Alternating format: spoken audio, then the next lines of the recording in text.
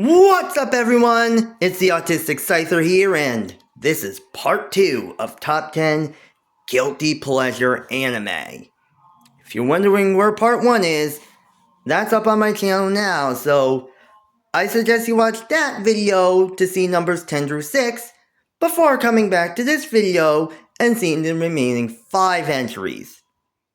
And with that being said, while most people might not think many of these are guilty pleasures, just know that I personally find them to be guilty pleasures for me, as in, yeah, I wouldn't want to tell anyone that I like these anime, so yeah, there's that. So without further ado, let's get back into it. Moving on next, at number 5, we have Lucky Star. Oh boy. Moving on next to a nice little slice of life anime, which really kind of says a lot, as it basically focuses on the lives of 4 girls all in high school, being Konata, Kagami, Tsukasa, and I forgot the other one. Kagami's sister. I forgot her name. But yeah. Either way, this was one of those few anime that I discovered on YouTube. Literally. I discovered this on YouTube alongside the likes of anime like Fairy Tail and Miss Kobayashi's Dragon Maid. And that being said, Lucky Star is kind of an interesting anime, as it's the nice little slice of life sort of thing is kind of refreshing rather than the actual action-oriented anime that I've normally seen, or fantasy anime. Plus, essentially for the most part, I realized that Konata was basically just me when I was in college. Like, literally. I mean, I'm very brilliant, as in I'm pretty smart. Yet more often than not, it tended to be like YouTube channels or anime or stuff like that that kinda made it. Yeah, I'm not in college anymore, but yeah, it's because during that time I was more like Konata, which really says a lot. Granted, I didn't have like comic book store employees considering me legendary boy A, like those comic store employees considered Konata to be legendary girl A, but yeah, more often than not, because I was just kind of a bit of a nerd. Either way, that being said, the reason why I wouldn't basically let anyone know that I like Lucky Star, again, if you remember from Is It Wrong to Pick Up Girls in a Dungeon, it's the same reason I consider Lucky Star to be a guilty pleasure. Because there are many people that will misinterpret who I am because I like Lucky Star. Because Lucky Star is full of the cutesy and kawaii stuff. Yeah. Again, I just like it for the natural slice of life tone. Nothing else. I mean, it's kind of like the anime version of regular show. Only it involves high school girls rather than, like, a young adult blue jay, anthropomorphized blue jay and raccoon working at a park. Just all that.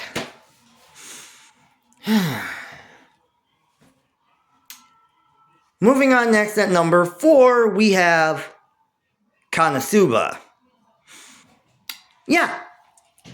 And we keep this one going, because again, reason why it's a guilty pleasure, because a lot of people would essentially see the more almost adult style, adult jokes within Konosuba, and they'd assume something about me. But even with that, keep in mind, I like fantasy. I like stuff involving fantasy, like fantasy settings like Zelda, Harry Potter, Lord of the Rings, stuff like that. And honestly, the fact that I discovered both Konosuba and Rising of the Shield Hero, and granted, the first time I heard about those two were from Anime America, but I decided to start watching them around the same time as each other. And honestly, I like both of them. However, Konosuba's kind of a guilty pleasure because of the more raunchy jokes that are in this one. I mean, heck, the main hero Kazuma Sato not only basically isekai'd to that world because he died from a heart attack, but one of his skills is steal, which inexplicably has him steal girls' panties. Honestly, I don't know why that's the case, but that's a joke all in itself. But even with that, the high fantasy aspect of all this is really hilarious. And especially when you consider all four of them, all four members of that same party, kind of work well off of each other. Kazuma being your standard hero, or a standard down on his luck hero. Darkness basically just being a crusader who is, well, obsessed with, or is more or less just a standard pervert. Aqua just being the standard useless, being her usual self, as well as a useless goddess. And Megumin just being a mage known for a Chunibyo mage who's known for her standard skill, Explosion. Plus, also the fact of the matter is, Megumin is one of my favorite characters in this one because she's voiced by Erica Mendez. And if you already hadn't guessed, Erica Mendez voices a lot of amazing characters like Bernadetta from Fire Emblem Three Houses, Ryuko from Kill la Kill, and of course Retsuko from Aggretsuko. So, yeah, there's that. Alright. Moving on next at number 3, we have Cells at Work. Alright. This is another one I actually was kind of introduced to through Anime America in her own review. And naturally, when it comes down to it, this is one of those anime that allows me to realize, yeah, Japan will make an anime out of anyone. I mean, out of anything. I mean, heck, they made an anime version of Supernatural. If that doesn't say anything, I don't know what will. But that being said, even with that, while I did think the whole fact that an anime takes a look at the cells inside of a human body, again, something we basically saw courtesy of the movie Osmosis Jones and its sequel, kind of standard series Ozzy and Drix. It really does, yeah. I gotta say, Cells at Work has a more, well, notable and lighthearted tone to that. Again, something that Osmosis Jones and Ozzy and Drix also had. Yeah, the fact that I'm comparing Cells at Work to Osmosis Jones and Ozzy and Drix, That's not coincidence. That basically is just, they're just the same thing. And then the fact that they basically show the red blood cell as a standard ditzy courier and a white blood cell as just a sort of a crime fighter facing off against different viruses and such showing up, including a certain virus that was prevalent during the pandemic of 2020. Yeah, it's kind of interesting to see how all that comes to be from it. And that being said, yeah, even with that, most people, I'm not gonna basically tell anyone that I like this one, because like I said, this series and both Osmosis Jones and Ozzy and Drix are the same thing. Although the platelets are adorable, I can see where a lot of people go with that one. Moving on next, at number 2, we have Ghost Stories.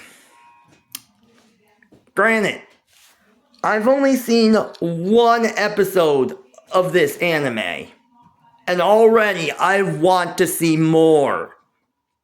Yeah, I mean, this is one of those few anime that really does say a lot. And plus, again, the fact that Monica Rial actually somewhat got her start on this anime as Momoko, who is a born-again Christian, is kind of hilarious. But even with that, Ghost Stories at the same time is wild in itself. Which again explains why, when it was handed over to the studio that made it, the original Japanese creators basically said,